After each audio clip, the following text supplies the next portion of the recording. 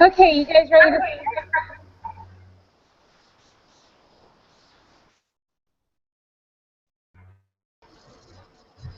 Okay. Well, I'm gonna read the names. Um, Laura Esperanza and Tyler McMillan.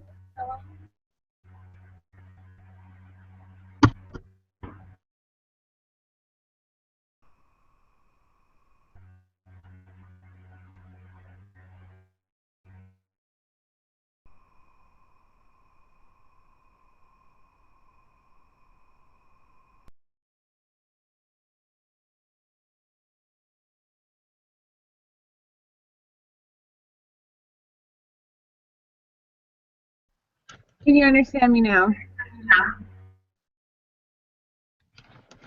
Yes. Okay. We'll start with our names. It's Taylor McMillan and Laura Esperanza.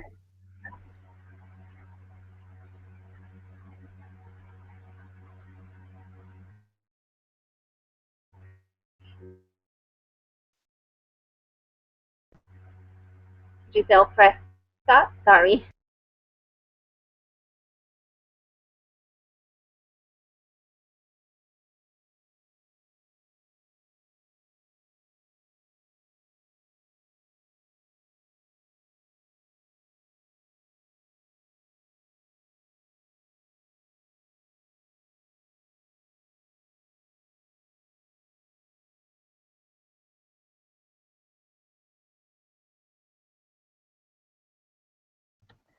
I heard you, Giselle. Jessica, Nicole, and Jessica and Nicole are here too.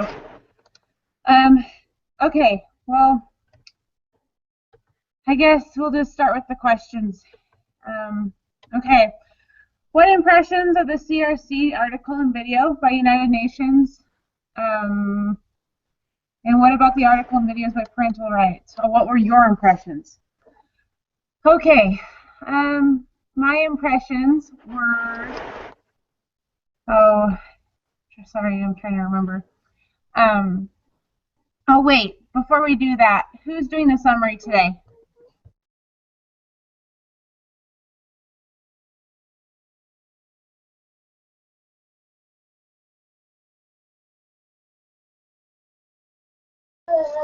I did it last week. Sorry, I had to play who was in the bathroom. I can do it. That's fine.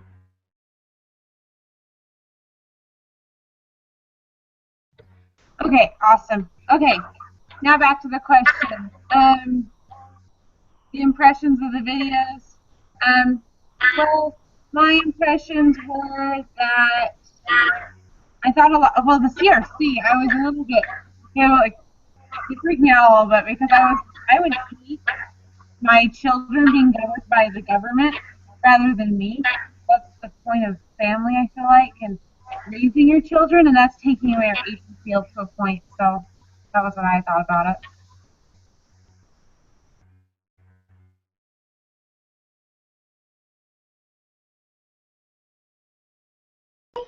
I felt the same way. This is Jessica.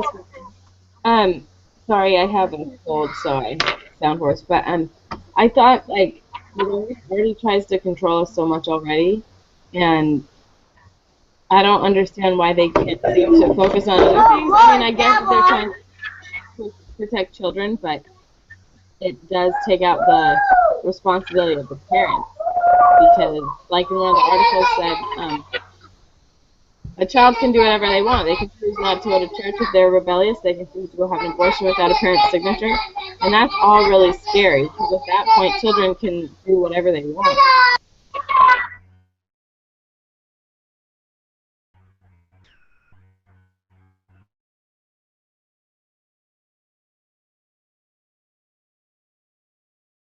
Well, I thought the video was, the UNICEF video was like um,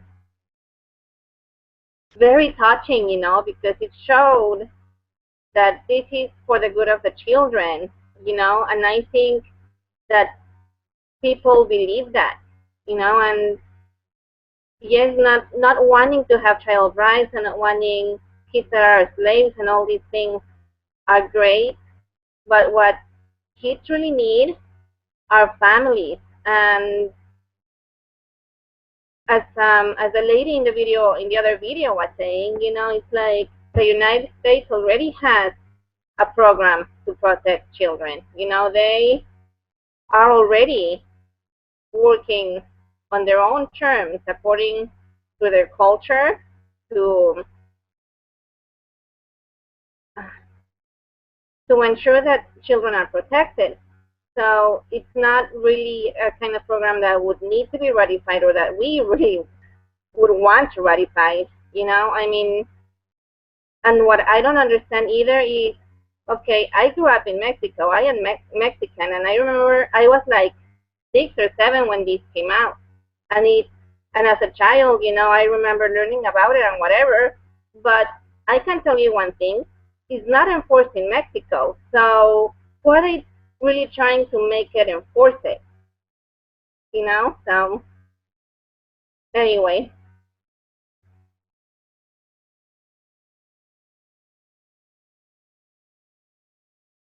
that's that's what I thought. That's great. Nicole had to log off for a minute. You guys probably saw that. If you're from or ever lived in, but Giselle, you answered this question. What positive and negative effects have you observed in result? I didn't really research another country, to be completely honest, but from what I was watching on the videos, just like we said before, I don't think the positive outweighs the negative. I think the negative definitely turns me away from everything. So, what do you guys think?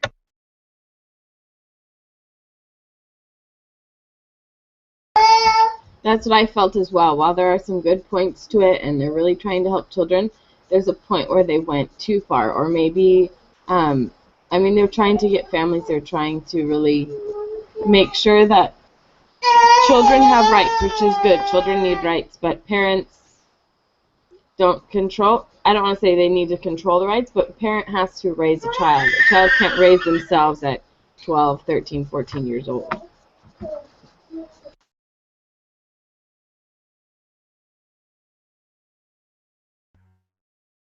No, I was thinking also about last week, Sister Barlow, how she talked about all these things that are trying to zip in for education, you know, through the United Nations. And I was thinking, well, if you make all of the nations pretty much give their children up to the government as to how they're going to be raised, and then you have all of these agendas already as to what education is supposed to look like. This looks like a strategy to me. You know, that, oh, first we're going to say it's for the children, because children is always a safe place, as Sister Barlow told us, you know. And then after that, you know, after we pretty much have control of the children, then we can start making all of these changes of what needs to be in the education of every country, you know, because education is a big issue too for them, apparently, you know, that kids do need to go to school and be educated and all that. But I'm like, what they're going to be teaching them, that is what is scary to me.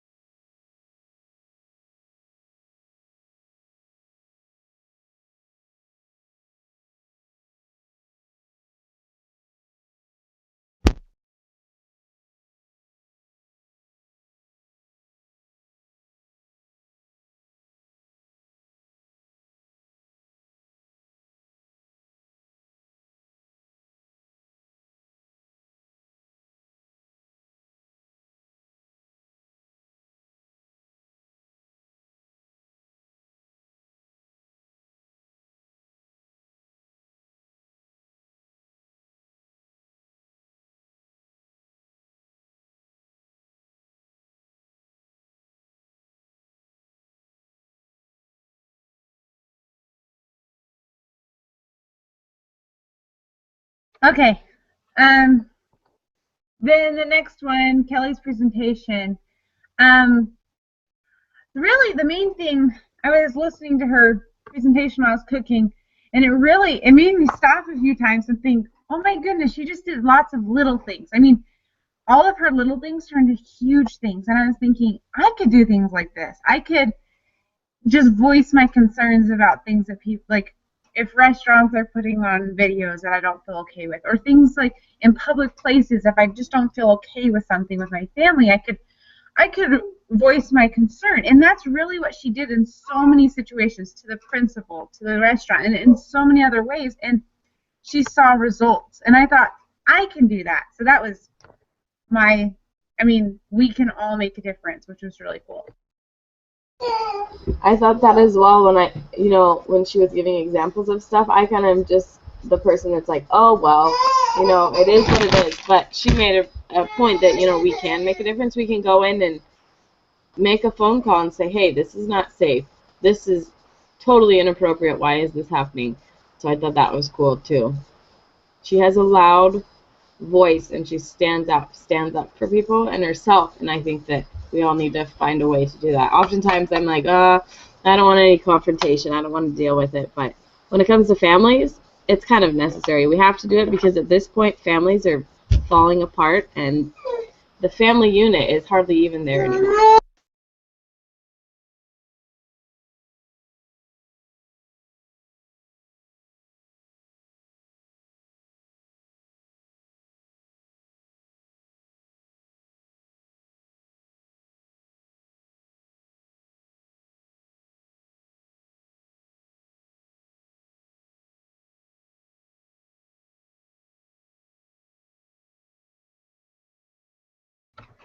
Giselle, do you have anything you want to say about that?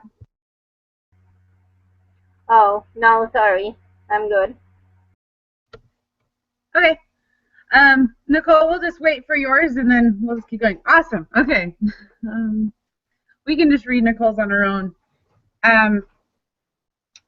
So which system or level do you personally feel is the most difficult to advocate? I was thinking, I think it was the macro system. I believe that was the one I was thinking. It's either exosystem or the macro system was the most difficult because it's out of your control, except for, of course, Kelly's control because she just did it for everyone. But influencing like school boards and bigger groups of people, I feel like that they have groups of people to influence those is hard to work on. Whereas, I don't know. And then I guess we can answer both the questions at the same time. And the next question, which one's the most important to influence? And I think it's the microsystem, influencing our children and the friends they have and teaching them religion. So I guess mesosystem too, and influencing religion into friendships, into family, into all the things that they have in their life, influencing those and combining them. So what do you guys think?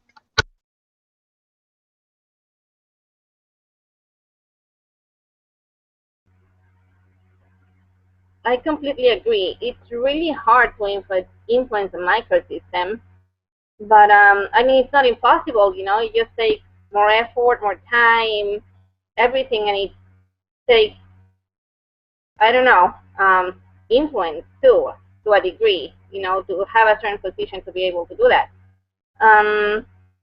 But the most important to be managed, which brings me some peace of mind, is the microsystem, which is the family. And with that, as long as you're teaching your child right principles and praying for them and being there for them, I think that is what is going to have the most impact in their life.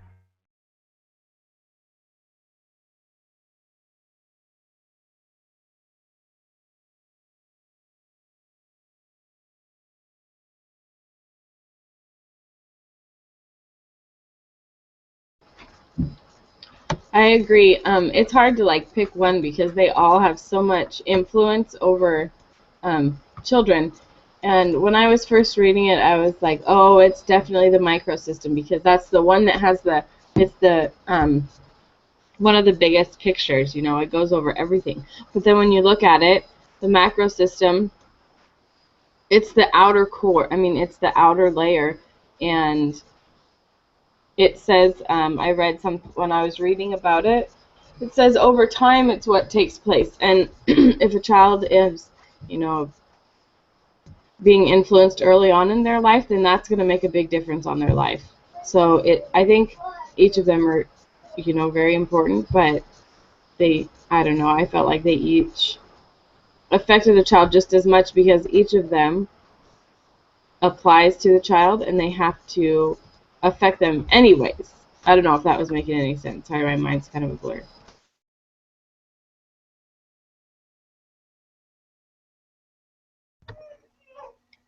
Awesome. Any other comments?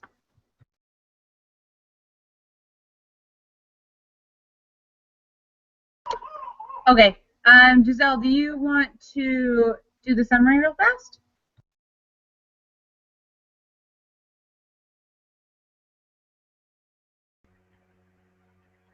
Okay, so I guess we are in agreement that it is not in the best interest of the child to place the responsibility of raising children in the hands of the government as opposed to the parents, because the parents do know what is best for the children, and most parents have their best interests at heart. And I guess that's it. Is that good? Wonderful. Thank you so much.